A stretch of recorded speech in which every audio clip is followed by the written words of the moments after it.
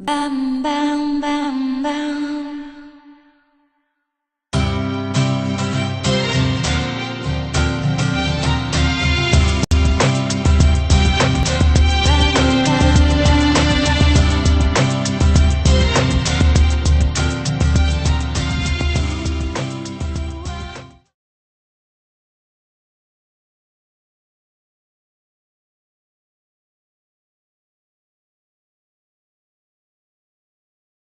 Okay, I'm Emma Redfoot, and I've been in Cusco for the past 6 months doing research on volunteer tourism and how volunteering could potentially help make the social organizations in Cusco more focused on sustainability.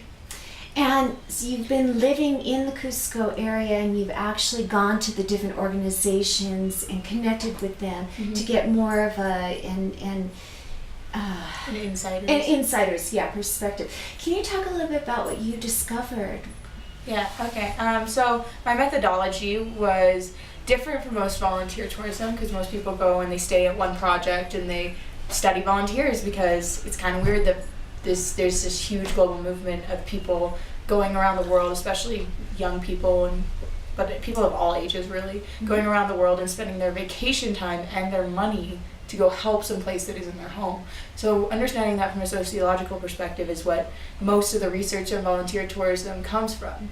But actually knowing if they're doing good or not, if this movement is actually making a good impact, is something that's very much questioned in volunteer tourism. It's where most of the criticisms come from of volunteer tourism. So what I did was that I went and visited 17 different volunteer programs, and I tried to stay in Cusco, though I did go to some in Tambo, some in Pisac and other places around Andoayasi to see what the difference between rural and urban. But I did really want to focus more on urban and what it means to the volunteer tourism industry is doing in a town that's so based on tourism. Okay.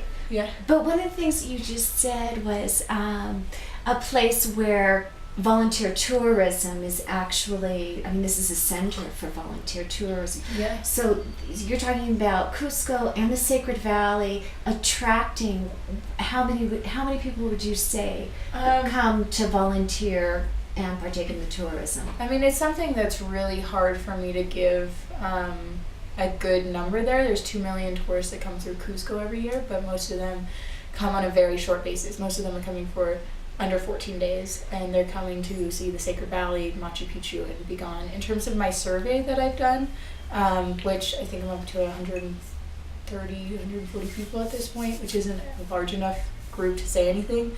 And I did focus in areas where there are more volunteers to ask for people to help, but most of them were volunteers, so 50%.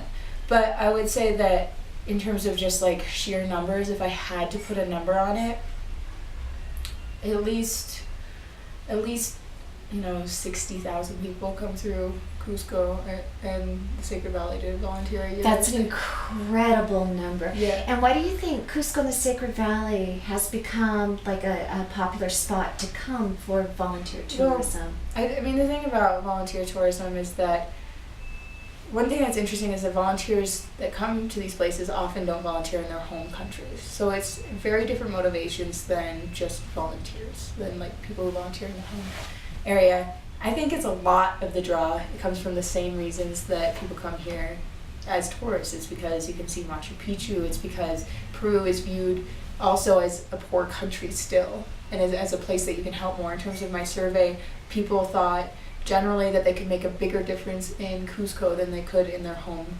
countries.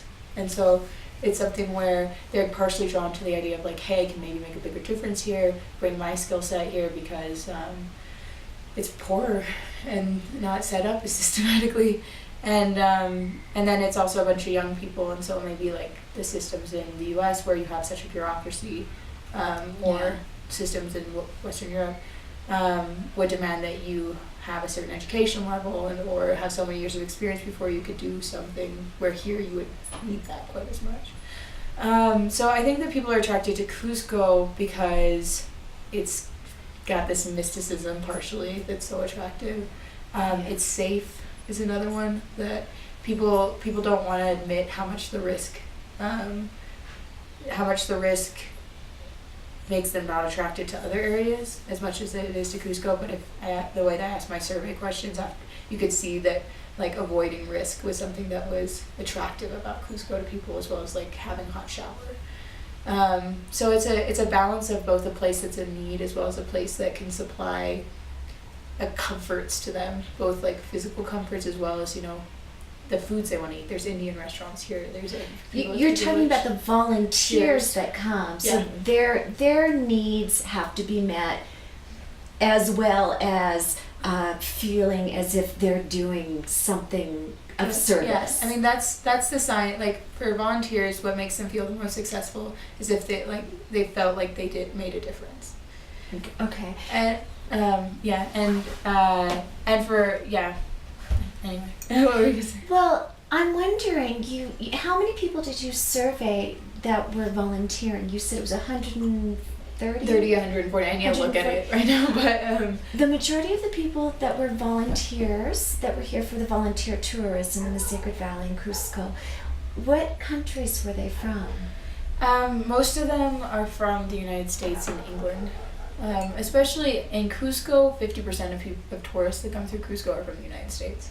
So it's going to be a huge percentage, you know, on that side. I still haven't tallied that up completely. I was actually really surprised it was less Americans and less British people than I expected. I thought it would be like a lot more, because internationally those are the countries that have the most volunteers coming out of them, international volunteers. And with such a large population being from the US, because right now Mexico is dangerous, or at least people perceive it as being dangerous, and Peru is definitely has a lot of draw, mysticism, and it's cheaper to fly into. It's not Bolivia where you have to pay an extra visa cost. Right. So definitely they've seen a growth coming from the US, but it's definitely people from all over the place. I've been amazed by how many Brazilians I've met, just anecdotally.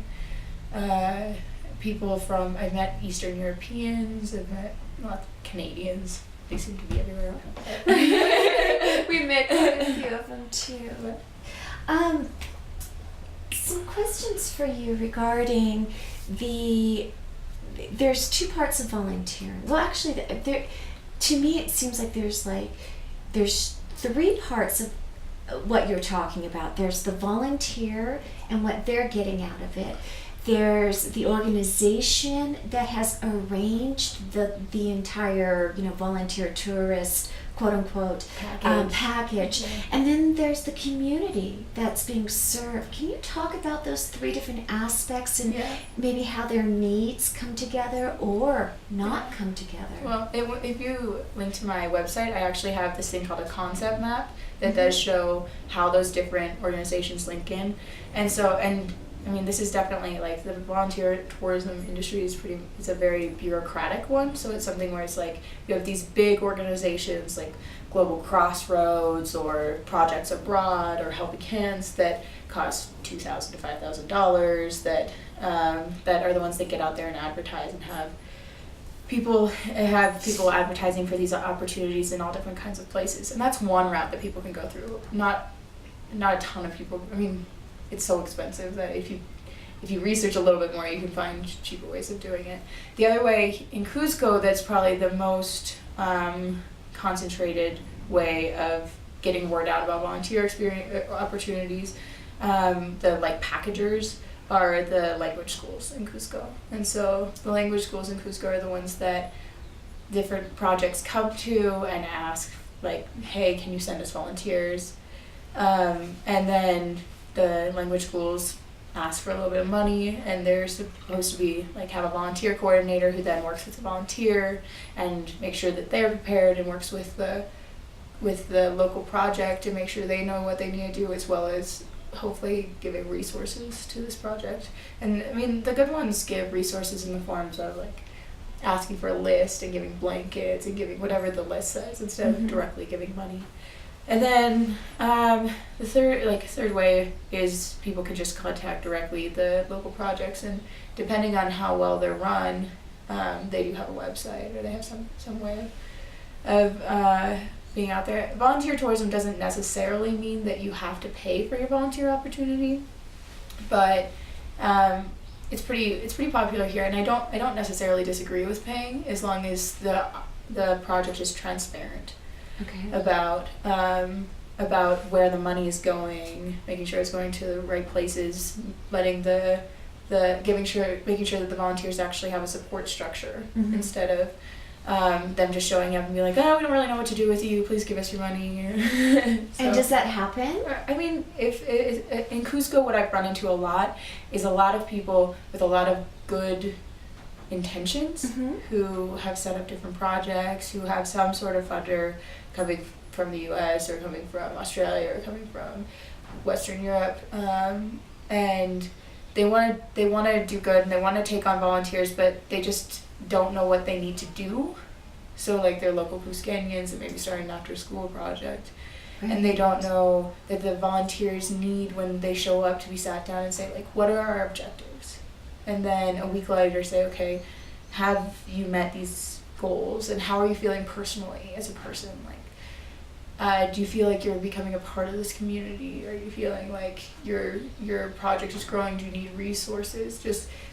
They think that people are just going to show up and be able to help out. But the thing about volunteer tourism is that it's almost always a positive experience for the volunteer, but it can be traumatic at first. In what way? It's something where it's the same way as in any kind of culture. It's like you're dropped into a different culture, and the thing about volunteer tourism, what usually motivates people to do it, is having a deeper connection with the culture. This is a way to actually get to know a real culture instead of just seeing the sites particularly. And so, and getting to know local people. At least that's the idea that they come at it from.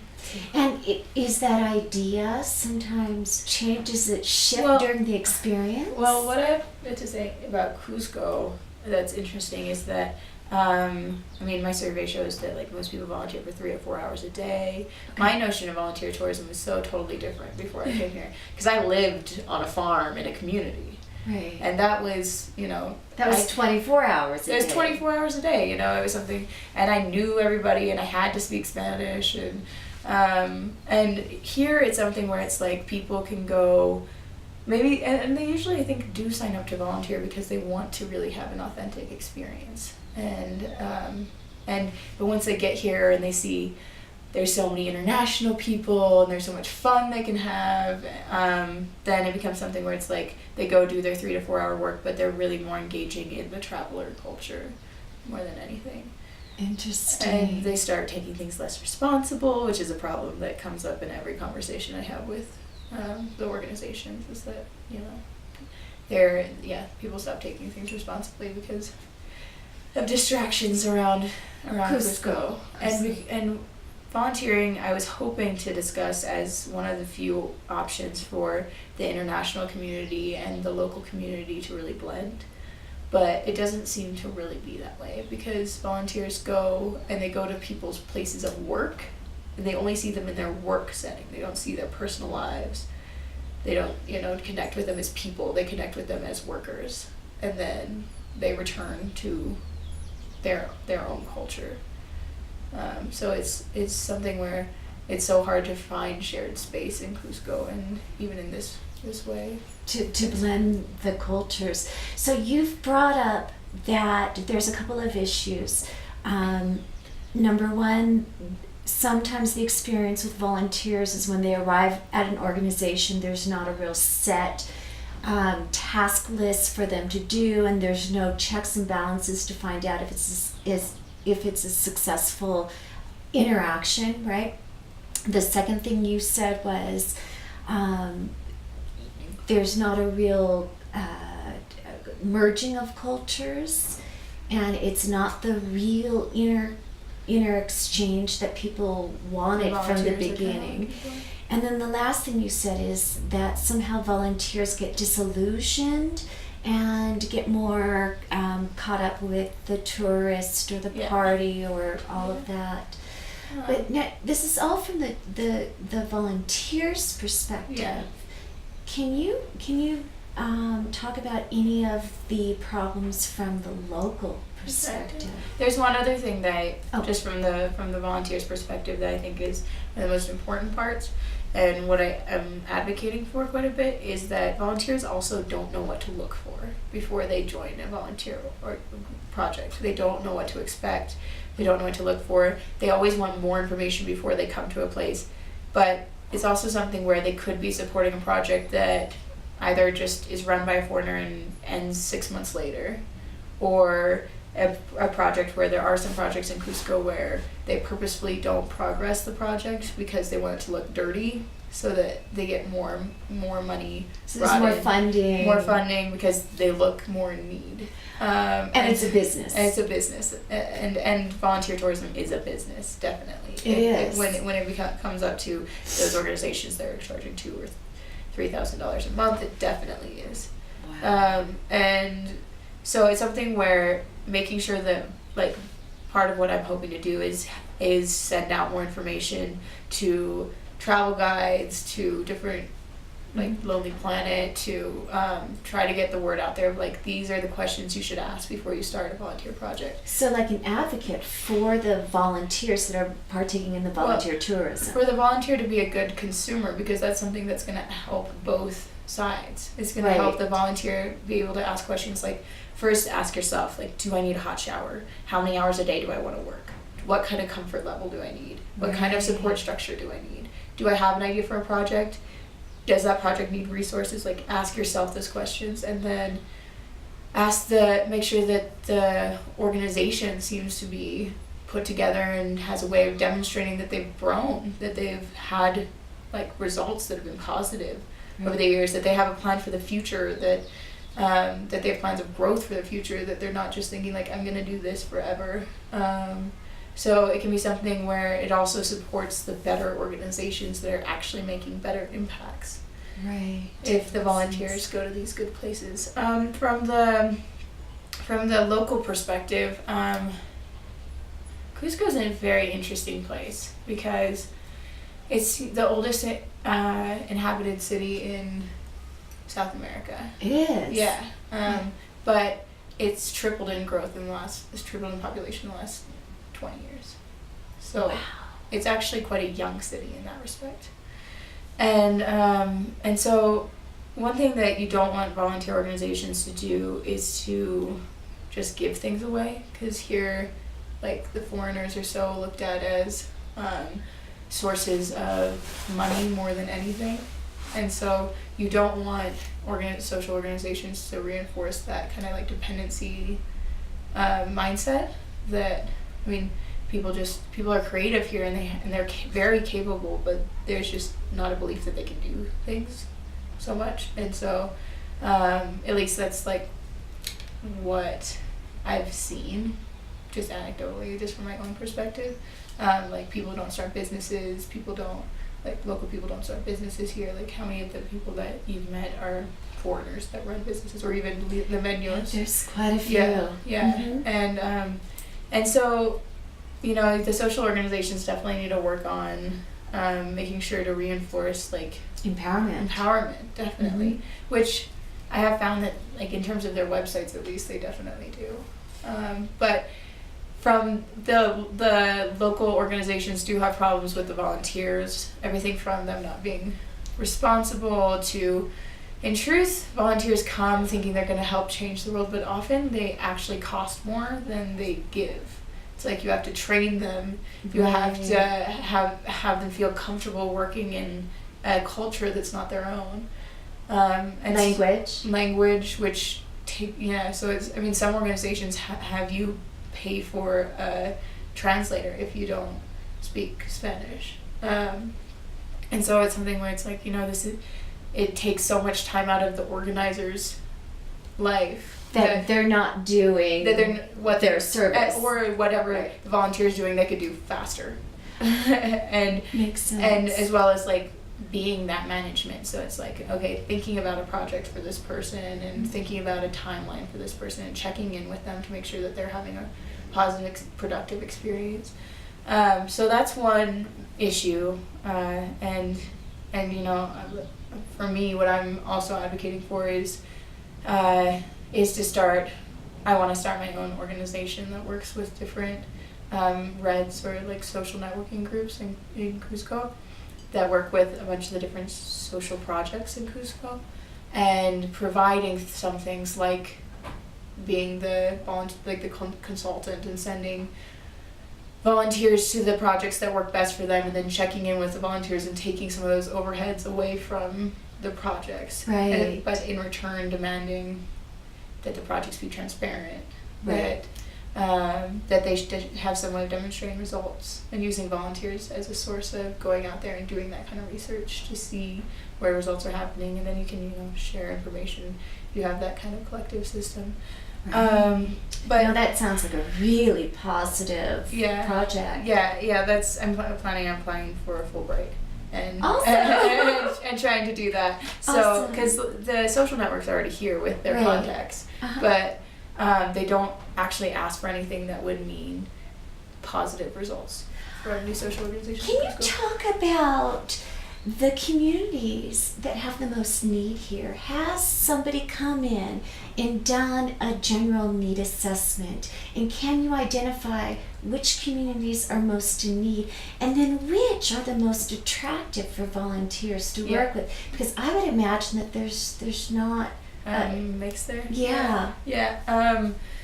Well, I've read one study that I thought was really interesting. The group that most people want to work with is with kids, definitely, Yes. and it's working with young kids. And there's a group called Red Semilla Nueva out there that it works kind of to give suggestions, like if a new group's starting, like if you want to start a kids group, these are the ages that actually need support right now. These are the areas that actually need support right now. But the study that I read was discussing, because I did try to focus in Cusco, single mothers. Single mothers are absolutely the group that needs the most support, because if you And look I'm at passionate about this group. yeah, because I mean 24% of Cusco is impoverished, and over 75% of that is single mothers. Wow. And there's no social structures for support. Well, the study that I read was actually about what are their social networks like, and like just they had these different mothers draw circles to show like how far their network spreads. So the first circle was like somebody that you see every day, so like your boss or a man in your life or whatever. And then the second circle was like acquaintances that you might see. And then third circle is like people that you see occasionally, like relatives that might be out of the city. And all these women had the first circle, and that was it. They had like one person that they saw every day, and that was all of their support structure.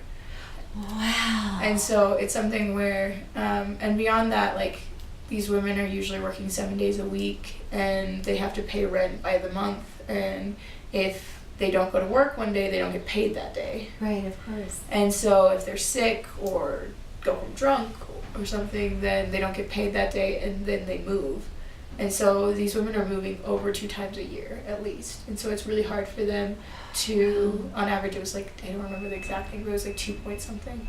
And so they're moving, and so that their kid can really be, like stay at one after school program or even one school program. They don't make friends. Like the notion of them going out and having coffee with somebody is beyond their potential life.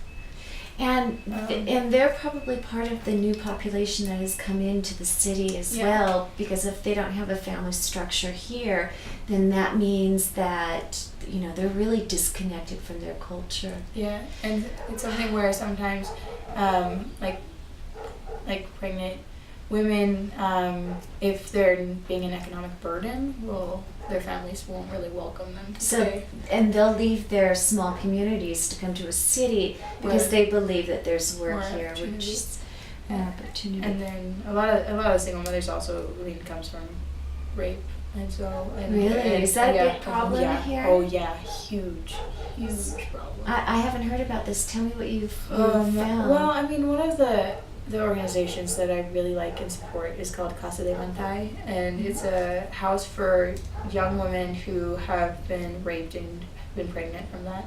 And one thing about Peru that's absolutely stunning is that like for women over the age of 18, or 18 or over, it's not called rape, it's called seduction. You're kidding. And the women pretty much don't think of it as rape so much unless they get pregnant from it. And This is really a women's rights Oh, yeah. issue. Oh, yeah. But it's a But- cultural way of thinking that Yeah, and it needs used- to be shifted. oh yeah, clearly, and definitely from the woman's perspective as well, because like my mother was raped, the guy was raped, like it's just what happens. And it used to be until 2006, it was 14 and over was considered seduction. Wow. So that just changed recently, and now, and like even when it's 14 and over, the men aren't immediately incarcerated if they're accused. They run away. If they're 14 and younger, then the father's immediately incarcerated. But yeah, and so it's so that's something where like a large portion of those women that are coming have been a victim of rape. It's something where also like familial rape is a big deal. So in this Casa de Mantai volunteer program, they have room for like 18 women, and they've got a waiting list. It's just huge for them to stay until they're 18. And and they've all been, and the woman that I talked to who runs this program said that most of them were raped by family members. Their family members. Oh boy. And so Interesting. I mean, without getting into like this, like really deep into the social problems, Yeah. because that's something that could be explored and explored and explored. But I really want to focus on one thing that I think is really interesting about that, and in terms of bringing it back to volunteer tourism, is that one reason why there's such a huge growth of NGOs and nonprofits of different sorts in Cusco, which there's been a huge growth of that. And like I've got a graph that shows, and that's true globally, and so it's partially that. But I think there's just a demand for it here. The government clearly isn't covering everything that needs to happen. Like in the case of Casa de Mantai, they work with the government because the government sends them people, but the government doesn't support those women. This is an organization that's supported by Spain. Like that's where they get their money from. And so partially I think that the growth of different organizations, social projects in Cusco is based on the fact that people come here and they see that there is a need for better education for kids, more opportunities for kids to be kids and not just go home after school and like have to help work. And so like most of the projects around Cusco are for kids, because that's where people are most attracted to helping. Though I think, there are several like houses for men that suffer from alcoholism, and I think that if they could change that would make a huge difference.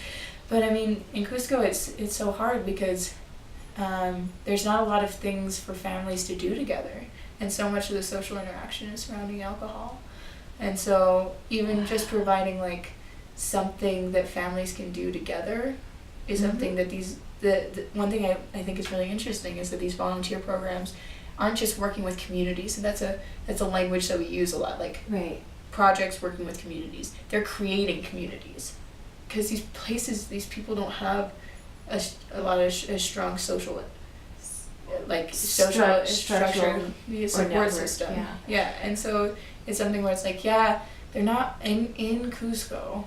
A lot of the neighborhoods know each other, but a lot of them don't really have like a sense of community, a sense of somebody who would take care of your kid if you couldn't right then, and so they're actually creating these support structures. Are a good majority of the volunteer organizations, are they affiliated with some religion, or are they created by good intention foreigners, or what do you find is the majority of the organizations? Where were they born? I would say that you have a little bit over 50%, I think, that are run by foreigners. That's a huge that surprises me. So good intention foreigners that have come here and fallen in love with the community, the town, and want to do something. Yeah, and I wouldn't say a lot over. I mean, if you talk to most people who run projects, they'll be like, it's mostly run by foreigners. But what I ran into, in terms of just writing a bunch of different organizations, and the smaller ones are run by local people.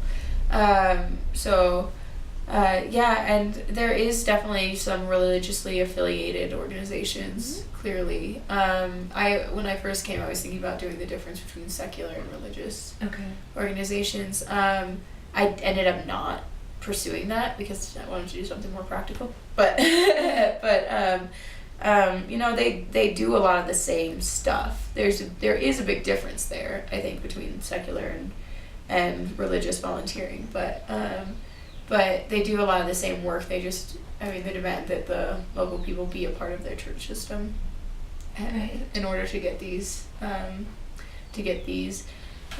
services. But honestly, in terms of like the volunteer perspective, what's interesting I think about religious organizations is that they still aren't really focused on proselytizing in Cusco. What a lot of the point of these religious volunteer organizations is for the volunteer who's coming from the first world countries to feel more of a connection with their religion, so that from there on they're actually more devoted and more willing to give money, and they're more connected because a volunteer experience is such a transformational experience. Okay, now, but you bring up something really interesting. You're talking about the perception of a volunteer from a quote unquote, first world country.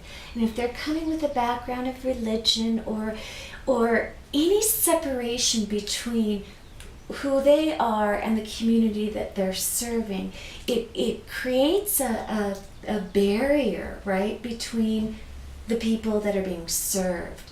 And I think when you talk about people coming with good intentions, okay, they come with good intentions, but there's also that feeling that, well, I know more than you because I'm from first world. And that spills over into education, and that's where I put up my arms and say, okay, let's look at this, and let's look at what the perception is.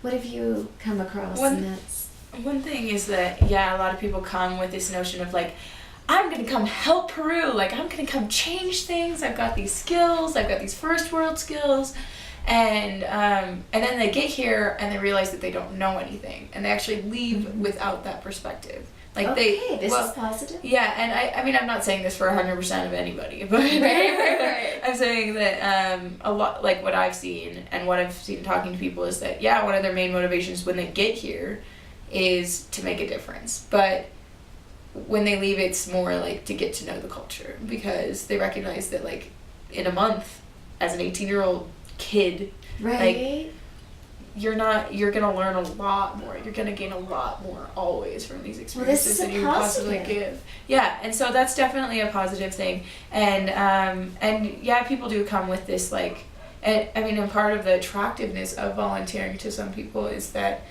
you're gonna be given more responsibilities in Peru maybe than you would be in Canada, in terms of like, oh, you teach a class, you teach English now. It's like, well, I'm 19, I haven't graduated. Okay, cool. Like, that's something where in this setting you're going to be given a little bit more of those responsibilities, where you can be like, I have these skills. And so that's part of the attractive quality, but it's also something where you don't want people to come in and think that, they're better than anybody. And do you think that happens? I think that it does happen, and I've run into people that, talking to volunteers, that's just a painful experience where they're like, I just wanted to see a poorer community. It's like, I wanted to see a poor community where I could do more. And it's just like, why?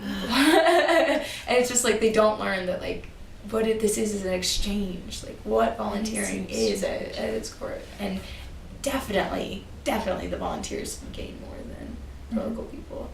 Oh, okay. Say that again. Definitely? The volunteers gain more than the local people from the interaction. Well, that's something to consider and something to really think about.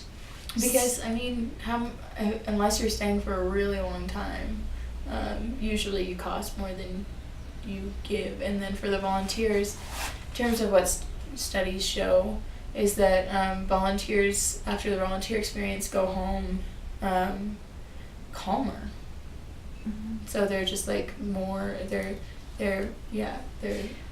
more, they're less stressed out. So it's a transformational change for the volunteers. What would you say was the most surprising discovery that changed your perception about the whole volunteer tourism process? I would have to say, actually, the thing that probably was the moment that like surprised me the most was when I realized that these different organizations weren't working with communities. Like, that was probably what, just because, I mean, I could do as much reading as I wanted, but they used the term like community and working with this community, and what I found in Cusco was that people were working with individual families, were working with individual kids, where they came to an after school program, but it wasn't something where like this community decided they wanted this thing. Right. It's not something where you could sit down and have a community conversation separately from the organization, because the organization was the one that brought these people together. Like, they were in a community before. Yeah, and I mean, if you go outside of Cusco, it is like Sacred Valley and Oyasi. Like, these are the organizations that, you know, they're the ones that like do artisania, that have volunteers come out and help with that, or help them promote like their textiles or something like that.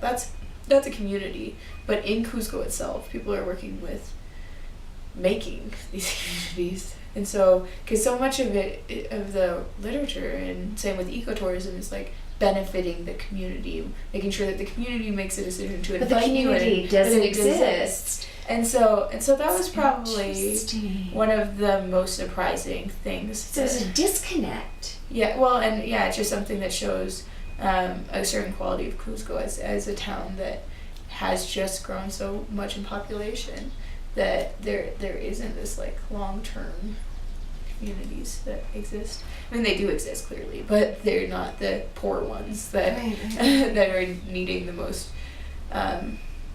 help. So what would you say your opinion about volunteer tourism? Is it beneficial? Does it work here in Cusco? What's your opinion about it? I personally think generally I like volunteer tourism because it shows a couple things about the world we live in as a whole. The fact that people do want to give their time and their vacation to getting to know a local culture, and working, putting their own like work into it also. I think that shows a really positive postmodern aspect of the world that we live in. And so from that volunteers' perspective, I would say that, and it's like a positive thing for them, that's a really like good signifier for for the world that I'm living in. So I enjoyed that part of it. In terms of actually like doing good, I can't say yet. And so I think that there are organizations that, and clearly every organization that I talk to has made a difference in some people's lives for the better. It's definitely made a difference for the kids. The kids, by meeting volunteers, have a bigger perspective of the world, at least. You know, have a bigger perspective of what they can do. Like, and so it's like this role model that can change things. Well, that's a positive. Definitely, it's a huge positive. And so, I mean, the negatives that can come from volunteer tourism are that organizations focus on projects for the volunteer more than actually serving the local community, and sometimes they use volunteers instead of hiring workers, and so so that affects the economy. So it can be something where, you know, it like those are two major negatives that people say about volunteer tourism. But I think that in general, you know, it's helping people little by little. I think that if we could start more conversations going within the different organizations, that it could do a lot better. It could be a lot more efficient, because everybody's reinventing the wheel right now. Every organization comes up with like, I want to help, but they're like inventing a survey to ask people what they want. They're inventing their own way of communicating with people. They're having to figure out what is their relationship with the government, what is their tax code, what are the hours that work for people. Like it's something where, I mean, I think that it could be run a lot better, and if people would work together, which they should, they're all trying to do good in the world, then it could be a lot better. But So, can you tell us what's next for Emma Redfoot? what's next for Emma Redfoot? Well, I've been here for 6 months, almost to the day, and I'm going back to see my mama and my papa and my grandparents and my cousins, my uncle and my brother, and going back to Washington, D.C. for Christmas, and then go back to Lewis and Clark, Portland, Oregon, where they were the ones that supported me through this, and writing up my thesis and hopefully getting it out there. And then my plan is to try to apply for a grant so that I can come back here and actually put into action what my thesis is about, and see if it works in an urban setting like Cusco, maybe if it could work in other places as well. And I saw you give a talk about your study results. Is there a place online where people can look at your presentation and look at what your results are and your... Well, project? it's going to be up there soon. Okay, so we'll link to it though. Yeah, We'll provide links when it's ready. Yeah, because I would like to leave my survey open for a little bit longer to get as many people as possible, and then beyond that, I mean, I still haven't transcribed all of my interviews by anywhere close to. Right. But you still have some work to do. So I have some work to do, but this isn't necessarily needing to be totally done until May. But I have up there right now different ideas that I've had throughout this. So different, like, what does corruption mean in the volunteer tourism industry? Who are volunteers? What does sustainability mean? Right. Those kind of questions I've worked through in shorter papers that are up on my website right now. Okay, good. We'll link to that. And if you could leave us with one piece of advice for somebody who's considering volunteer tourism here in Cusco, what would that be? Well, I would say make sure to Skype with them before you get here. Okay. I mean, that's a short one, but it's something where it's like you'll see them face to face. You can pick up on actually how seriously they're taking things on. You can ask them all of the questions that you want to ask and make sure that they have the answers that work for you. As well as, when you're asking those questions, think both about, okay, what do I need as a volunteer and what do I want to do? And then also, is this community actually interacting with, or is this organization actually interacting with and helping with the people in Cusco in a way that I support? Okay. So in a way that they're empowered, they're not just giving things, in a way where they demonstrate results in some respects, in a way where you don't feel like they're just trying to take money from you. So yeah.